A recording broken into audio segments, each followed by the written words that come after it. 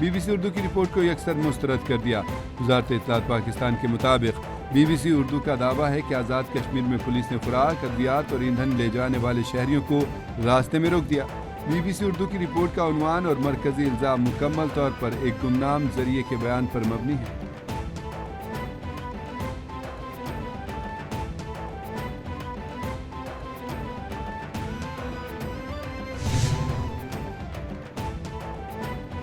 پنجاب کی عوام کے لیے ایک دو نہیں بلکہ 3 بڑی خوشخبریاں۔ وزارت پنجاب مریم نواز کا نیا ریکارڈ، 3 بڑے اسپتال یک کے بعد دیگرے افتتاح کے لیے تیار۔ وزارت مریم نواز کی زیر صدارت اسپیشلائزڈ ہیلتھ کیئر ڈپارٹمنٹ کے حوالے سے اہم اجلاس۔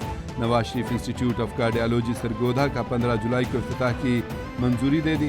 مریم نواز کا Nawaz Sharif institute of cancer research cancer اسپتال کا افتتاح 31 جولائی کو کرنے کا عندیہ۔